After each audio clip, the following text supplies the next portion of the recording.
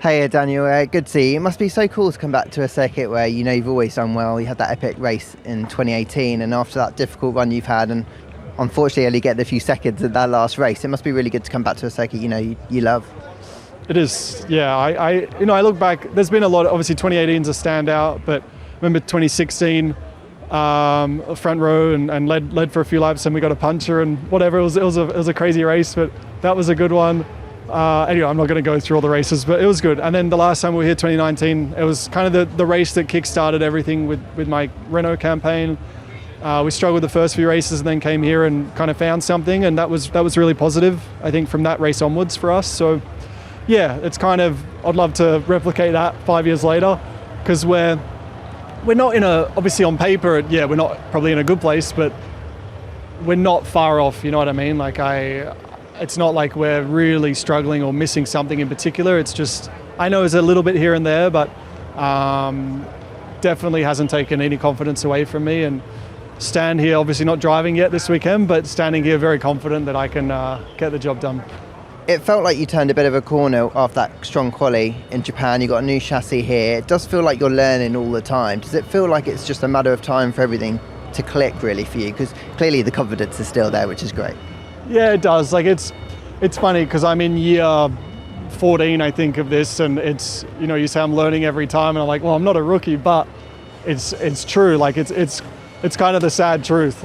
You're always learning, and I say it's sad truth. That's also what makes the sport exciting, is that you're constantly trying to find something all the time, and you can find something. So it's kind of that endless opportunity is exciting. Did I want to be learning this much coming into race 5? Not really, but it's still coming from a good place. It's not coming from a place of we're really struggling and we're really in a deep dark hole and it's going to be hard to get out of it. Not at all. And they say Japan was, at least the Saturday was a short one, but it was, I think, definitely encouraging.